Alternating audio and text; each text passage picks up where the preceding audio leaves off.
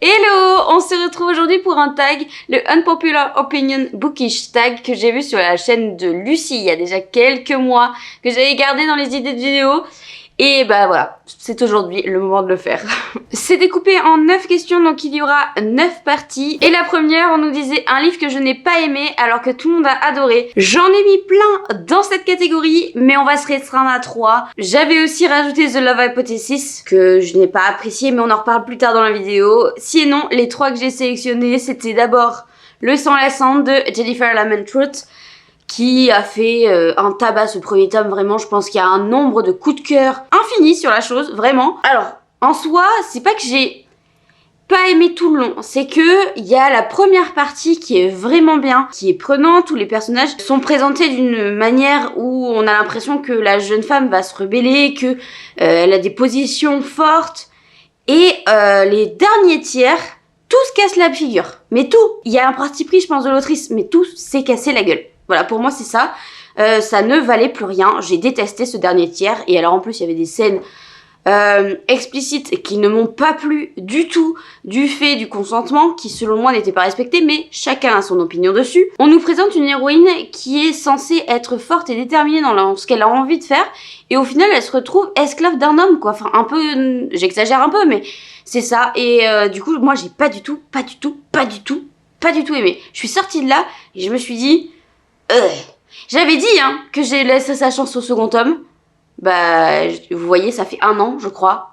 Je l'ai toujours pas sorti. Enfin, j'ai toujours même pas acheté, tu vois. J'en ressens même pas l'envie. J'ai pas envie, en fait. Donc, je pense que je vais faire une croix dessus et juste abandonner la saga. Le deuxième, c'est King of Scars, le tome 2. Alors, j'ai pris le tome 1. Bon, je me suis trompée. Bon, c'est le tome 2. Le tome 1 était plutôt sympa, mais alors le tome 2, qu'est-ce que je me suis ennuyée. Mais ennuyée. C'était horrible. J'ai le livre, il est pas très long parce que celui-là, je crois qu'il fait un peu plus de 400 pages. Ah, ça fait 500 pages en poche, écrit gros, donc c'est un livre de poche jeunesse. Oh non, je les ai sortis passer ces pages. Non, il m'a pas plu du tout ce second tome, c'est horrible. Et plus récemment, et j'espère que vous allez pas me détester parce qu'il y en a qui vont pas être contents, A Fighting in Blood, donc un dessin ancré dans le sang de Daniel L. Jensen. Donc on est bien d'accord que absolument tout le monde encense Daniel L. Jensen. Je n'ai pas essayé ces autres sagas, donc je ne me prononcerai pas. Il faudrait que je lise au moins un deuxième livre d'elle pour dire que bon, c'est l'autrice qui me correspond pas. Dans cette histoire-là, on va suivre Freya qui est mariée à un monsieur qui la respecte absolument pas, enfin qui en a rien à faire de sa tête, enfin qui l'exploite, c'est son esclave, enfin voilà. Et un jour, il va y avoir un retournement de situation, et ce qui va faire qu'elle va finir par être mariée à l'empereur du royaume dans lequel elle vit, parce qu'elle a une grande destinée à cause de ses pouvoirs qu'elle a été obligée de révéler. Ah, ça, c'est le pitch de base. En soi, c'est pas si mauvais s'il n'y avait pas toute la partie romance. Oh, ils m'ont gonflé, mais waouh, j'avais l'impression que c'était des animaux qui se sautaient dessus, qui étaient incapables de se contrôler. Alors oui, l'amour, ça fait faire des trucs bizarres, mais là, vraiment, c'était... je sais pas, c'était 2 morceaux de viande qui avaient pas vu le soleil depuis des années, quoi. Enfin, non, c'était trop, c'était gênant, c'était cringe. Non, j'ai pas aimé du tout, j'ai pas aimé, ça m'a saoulée.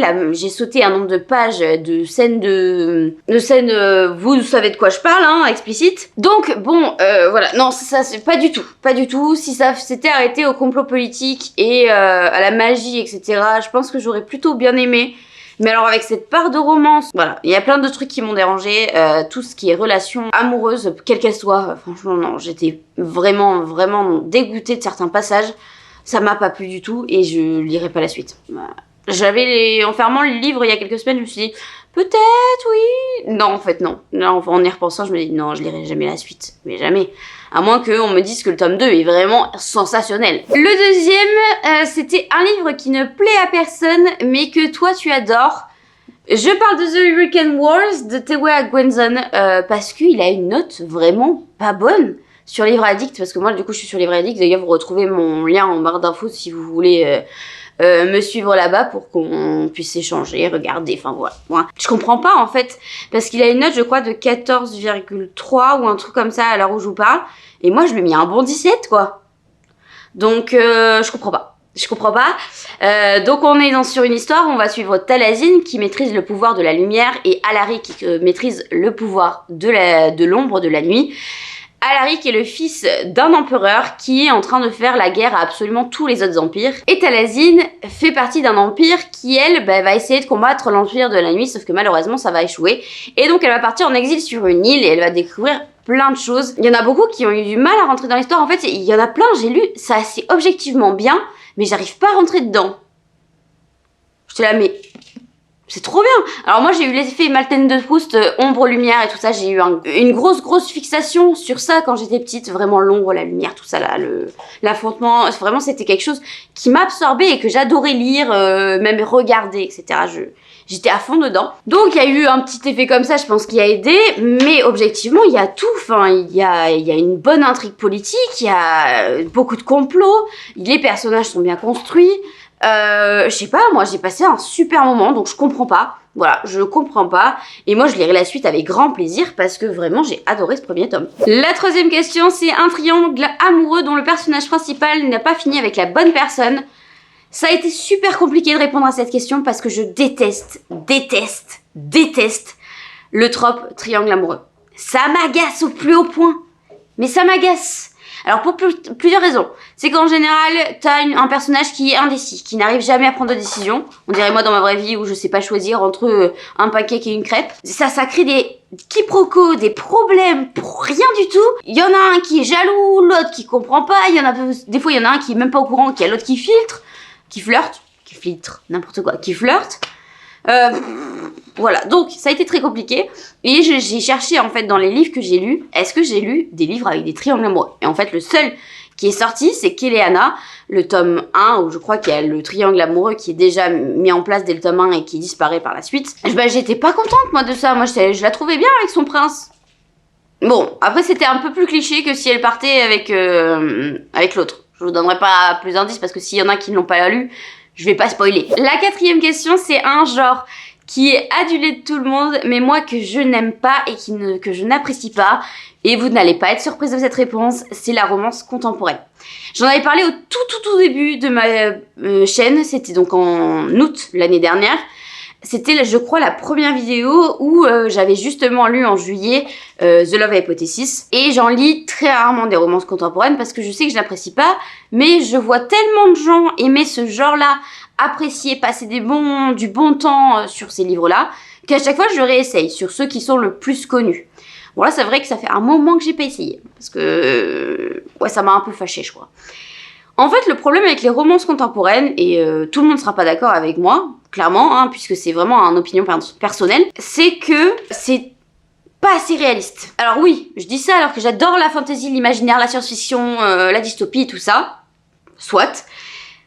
Justement, ça me dérange moins les relations amoureuses dans un milieu de fantasy, parce que si c'est tout beau, tout rose, tout machin, bon, ça passe mieux parce que de toute façon, c'est pas réel. Mais là, dans les romances contemporaines, il y a toujours des choses qui me dérangent parce que, déjà, en général, on crée des problèmes, là, il n'y en a pas. Voilà, il suffirait de parler, de communiquer. Hein, en général, tu aurais parlé, il n'y aurait pas eu de problème derrière. Yes, déjà, il y a ça qui m'énerve. En général, c'est le mec un peu playboy. Alors, ça se trouve, j'ai des stéréotypes de merde parce que j'en lis pas beaucoup. Hein, donc, ça se trouve, dans les commentaires, vous allez me dire « Mais tu dis n'importe quoi, tu devrais essayer ça. » Peut-être, hein. Au cas où, recommandez-en moi quelques-uns. Si c'est pas, ça va pas dans ce que je suis en train de raconter. Donc pas de problème de communication. Le mec, le bad boy là, j'aime pas ça. Voilà, ça me sort par les trous de nez. Qui a un parcours de vie compliqué, qu'il faut sauver. Les filles sauveuses, non c'est pas possible. Voilà, hein, on n'est pas né pour ça. On n'est pas infirmière, on n'est pas psychologue. Donc c'est pas notre rôle. Voilà, hein, on est censé être un partenaire. On n'est pas censé être l'infirmière, la mère, la psychologue. Voilà, donc déjà ça. Et enfin, soit c'est trop niais. Trop niais dans le sens où une relation amoureuse, c'est pas tout rose. Voilà, il y a des hauts, il y a des bas, il y a le parcours du passé de chacun qui entre en jeu et qui fait qu'on n'a pas on se sent pas en sécurité sur tous les sujets. Il y a plein de choses à prendre en compte et je sais pas, il y a tout un truc qui vraiment me dérange dans la romance contemporaine. Je sors de là, en général, soit je suis en colère, soit je suis triste. Donc, quand je suis en colère, c'est qu'en général, il y a eu un problème, un quiproquo, un machin. Voilà, donc ça m'énerve. Soit je suis triste parce qu'on nous dépeint un truc tout rose, et ce qui n'est pas du tout réel dans la réalité. Quand on entend la majorité des personnes qui parlent de leur couple ou de... Je suis en train de m'étaler. Faudrait peut-être que j'arrête de parler là. Parce que là, je sais pas. Bon, bref, j'aime pas, je n'apprécie pas. Si jamais vous connaissez un livre qui ne répond pas à chacun des clichés que je viens d'énoncer, vous pouvez essayer de me le proposer. Peut-être que je le lirai. Ou alors carrément, je ferai un vlog, je lis des romances alors que j'aime pas ça. C'est en train de partir en vrille, là, cette vidéo. La 5e question, c'était un personnage que tout le monde porte au nu, mais moi que je n'apprécie pas. J'ai pas vraiment de personnages où vraiment je les ai détestés. À part si, dans la Guilde des Ombres, mince, j'ai oublié son nom. Ah, pas le maître, le sous-maître, là, je sais plus comment il s'appelle. Bon, bref. Mais personne l'a apprécié non plus. Enfin, j'espère. Parce que sinon ça fait peur. Mais voilà, en général, quand il y a un personnage que je n'aime pas, en général, les autres trouvent qu'il est nul aussi. Voilà, j'ai pas une opinion très différente sur la chose. Cependant, il y a 2 personnages sur lesquels on peut dire qu'il y a des avis qui sont un peu mitigés. Notamment, Eowyn dans les quêtes et les mondes d'Eowyn. Moi, elle me sort par les yeux. Mais vraiment, elle me sort par les yeux. Elle est imbue d'elle-même, elle est en même temps pas sécurisée, elle est hargneuse, elle manipule tout le monde, elle est désagréable, alors que tout le monde est dans le même bateau. C'est quand même un groupe qui voyage dans un monde compliqué avec des bêtes, etc. Elle se prend pour le centre de l'univers, elle manipule. En plus, il y a son meilleur ami qui est venu de Terre, qui l'a suivi, donc qui est pareil, qui est complètement perdu, etc. Elle le traite comme de la merde. Non, voilà, je n'apprécie pas. Je n'apprécie pas ce personnage, voilà. Et ensuite, il y a Alina Starkov dans Grisha. Ah, c'est pareil. Elle fait des choix. Voilà, vraiment, je la trouve extrêmement naïve. Elle dit quelque chose, elle fait l'inverse. J'aime pas, voilà, je n'apprécie pas. J'ai adoré tout ce qui est autour de son pouvoir, etc. Mais la personnage en elle-même, non. Ça passe pas. Et la 6e question, c'est un auteur adulé qui, moi, me sort par les trous de nez. Je sais pas qui a fait ce tag, mais il a quand même de l'humour. Parce qu'il y a des fois où je l'ai pas dit exactement comme c'était écrit. C'est très rigolo, j'aime beaucoup. Bref, c'est pas le sujet. J'ai pas vraiment d'auteurs que je déteste. Et ben, il y a forcément des auteurs que je n'apprécie pas parce que j'aime pas la plume ou des trucs comme ça. Donc, adulé, par exemple, il y a Daniel L. Jensen dont je vous ai parlé au début de la vidéo. Entre Le Pont des Tempêtes, Dark Shores ou maintenant Un Destin ancré dans le sang, il y en a beaucoup qui aiment. Mais moi j'ai lu qu'un livre, donc oui, je l'apprécie pas, j'ai pas aimé ce livre-là, mais je sais pas si j'apprécie pas l'autrice. J'en sais rien. Voilà. Un topo littéraire que je n'apprécie pas, il y en a plusieurs, j'en ai sélectionné 3, mais il y en a 2 dont je vous ai déjà parlé. Le triangle amoureux, vraiment je peux pas. Le manque de communication, là, comment on dit en anglais, le vrai nom de la trope, du trope. Miscommunication, je crois. Les quiproquos, là, les trucs là, où soit elle attend qu'il devine ce qu'il veut, soit ils se disent pas les choses, et donc du coup ça finit dans des quiproquos dans tous les sens. En fait, si t'enlèves ce quiproquo, il y a plus de livre en fait. Voilà. Donc ça j'aime pas. Voilà, c'est vraiment ces 2 choses que j'aime pas. Et le 3e, c'est la trope âme sœur. Non, ça je peux pas. Je te vois, tu me vois. Oh, je suis fall in love. Non, je peux pas. Vraiment, là, pour le coup, ça me sort par les trous de nez. Pour le coup, vraiment. Quand je vois ces tropes-là qui sont marquées sur les livres, en général, je fuis le livre. Voilà, parce que je n'ai pas du tout envie de lire ce genre de choses. Soit parce que ça fait des problèmes pour rien, soit parce que c'est pas crédible, selon moi. Le truc des âmes sœurs, et j'espère qu'il y a des gens qui vivent ces coups de foudre, ou qui... Voilà, je suis pas fermée à cette idée-là dans la réalité. Mais en général, dans les livres, c'est cringe. Non, j'apprécie pas. Alors peut-être que j'ai pas lu les bons livres pour que ça passe correctement, mais non, je n'apprécie pas du tout. Et heureusement, je comprends qu'il y ait des gens qui aiment ce genre de choses, parce que je pense que ça peut faire rêver. J'ai pas du tout... En fait, tout ce qui me touche à moi, mes opinions personnelles, ça ne propre qu'à moi. Si la personne en face de moi, elle me dit mais j'adore ça et ça me fait rêver, ou je ne sais pas quel argument on pourrait me donner, mais je sais pas quand parce qu'il y a beaucoup de débats sur YouTube. Je suis en train de faire une parenthèse énorme. Il y a beaucoup de débats sur YouTube, sur Instagram, etc. sur qu'est-ce qu'on peut lire et qu'est-ce qu'on n'a pas le droit de lire. Et en fait, je sais pas dans quelle mesure on peut interdire à quelqu'un de lire quelque chose. Si c'est pas illégal, si c'est pas tordu, ou voilà, hein, je vous dis, voilà. Mais je me vois pas comment on peut juger les goûts de quelqu'un d'autre tant que, je répète, il n'y a pas de trucs tordus, etc. Enfin, tout le monde a un vécu qui est différent, donc à partir de ce moment-là, ça veut dire que tout le monde aime des choses différentes. Donc si, imaginons, ma meilleure amie, elle adore les triangles amoureux avec les âmes sœurs, mais je vais lui offrir des livres avec des triangles amoureux et des âmes sœurs. C'est pas parce que moi je n'aime pas que je ne peux pas lui offrir ce type de roman. Je vous donne un exemple. Il y a beaucoup de choses où on est jugé pour pas grand chose. Je sais qu'il y a eu un grand débat aussi sur les réseaux sur le nombre de pages, de livres qui sont lus par mois. C'est pas une compétition. Vous lisez pour vous, normalement. Vous lisez pas pour les autres. Que vous en lisiez un par mois ou 18 par mois, ça ne regarde que vous. C'est pas grave. On est aussi légitime à parler livre si on en lit 20 par mois ou si on en lit un par mois. Et c'est des débats que je comprends pas, en fait. C'est vraiment des choses que je vois sur les réseaux et je me dis, mais c'est des bêtises. Et puis c'est pareil, il y a tout ce débat autour de la littérature, de la sous-littérature. Le principal, c'est de lire, non? Parce que, pour le coup, je suis dans l'éducation. Donc il y a toujours ce truc, oui, les jeunes, il est plus... Voilà. C'est juste que les supports ont changé. Et je comprends pas pourquoi il y a des gens qui se permettent de juger.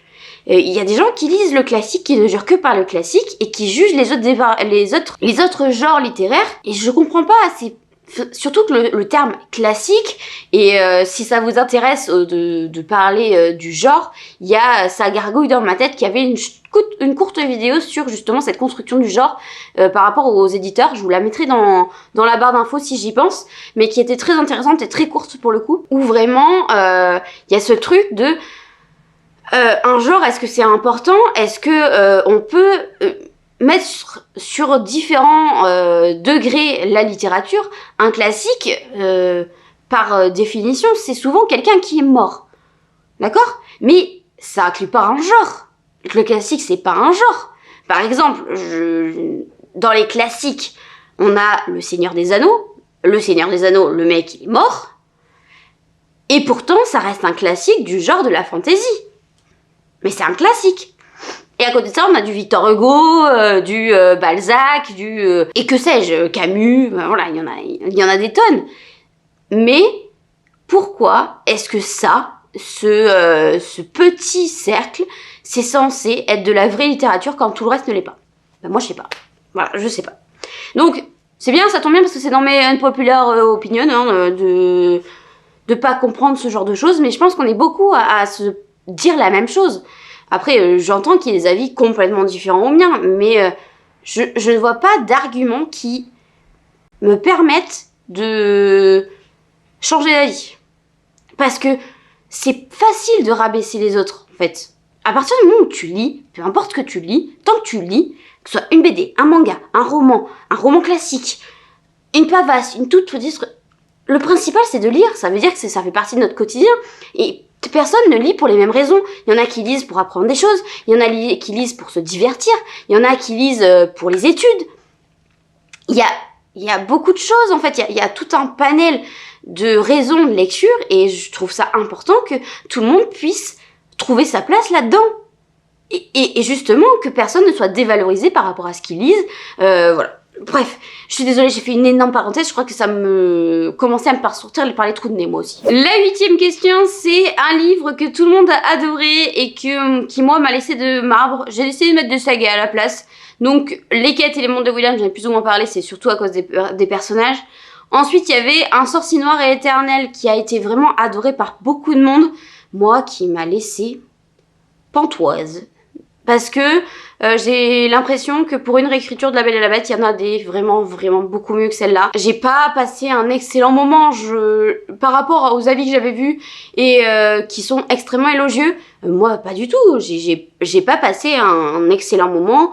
Le premier, c'était sympa, mais vraiment sans plus. Et alors la fin, j'ai horriblement détesté. Le 2, c'était un peu mieux. Et le 3, c'était horrible. Voilà. Donc cette saga-là, j'ai pas passé vraiment un très bon moment. J'ai pas vraiment apprécié. Et j'ai pas eu l'impression que ça a apporté vraiment quelque chose de nouveau, bien que l'héroïne principale du tome 1 ait un handicap, et c'est vrai que c'est assez rare de le voir, surtout en fantasy. Mais bon, voilà, ça m'a pas convaincue, je n'ai pas apprécié, et du coup c'est vrai que je vais avoir du mal à me diriger vers les livres de Brigid Kemmerer à l'avenir, parce que justement, cette première saga ne m'aura pas convaincue. Et enfin, je vais me faire des ennemis, parce que c'est l'une des sagas préférées de beaucoup de monde, c'est Le Prince Cruel. Le Prince Cruel, j'ai apprécié, mais sans plus. Je me suis pas dit, waouh, c'est exceptionnel. Non, ça a pas du tout fait cet effet-là. Alors oui, c'est pas mal, hein, oui, c'est sympa, mais il y a plein de choses qui m'ont dérangé. La relation entre les deux personnages jouent des... Cadran, je sais plus comment il s'appelle. J'ai pas du tout accroché. Enfin, il y a plein de choses qui m'ont dérangé. Le harcèlement et tout ça. Enfin, il y a plein de choses qui m'ont dérangé et que j'ai pas forcément apprécié. La 9e question, c'était une adaptation cinématographique qui est meilleure que le livre. Et je suis désolée, mais pour l'instant, je n'en ai pas trouvé. Le livre a toujours été meilleur que le film. Voilà, je suis désolée, il n'y en a pas un seul pour l'instant où je pourrais dire non, c'était trop bien. Pour l'instant, c'est pas arrivé. Donc, je peux pas répondre à cette question parce que je n'ai pas de réponse. Je vous ai raconté un peu toute ma vie et tout ce qui est fait que vous pourriez potentiellement me détester. S'il vous plaît, le faites pas quand même. Hein. J'espère que je n'ai fâché tout le monde. Si jamais il y a des choses sur lesquelles vous souhaitez répondre, toujours dans le respect bien évidemment, et n'hésitez pas à en parler avec moi. Je suis très ouverte à la discussion, tant que ça reste respectueux bien entendu. Donc voilà, n'hésitez pas s'il y a des choses sur lesquelles vous n'êtes pas d'accord, et si jamais vous voulez me voir lire des romances et peut-être en apprécier une, n'hésitez pas à mettre des recommandations qui répondent peut-être à autre chose que les clichés que j'ai énoncés. Peut-être qu'il y a des pépites que je ne connais pas encore et qui va me faire apprécier la romance contemporaine. Je vous souhaite donc une excellente semaine et surtout, prenez soin de vous.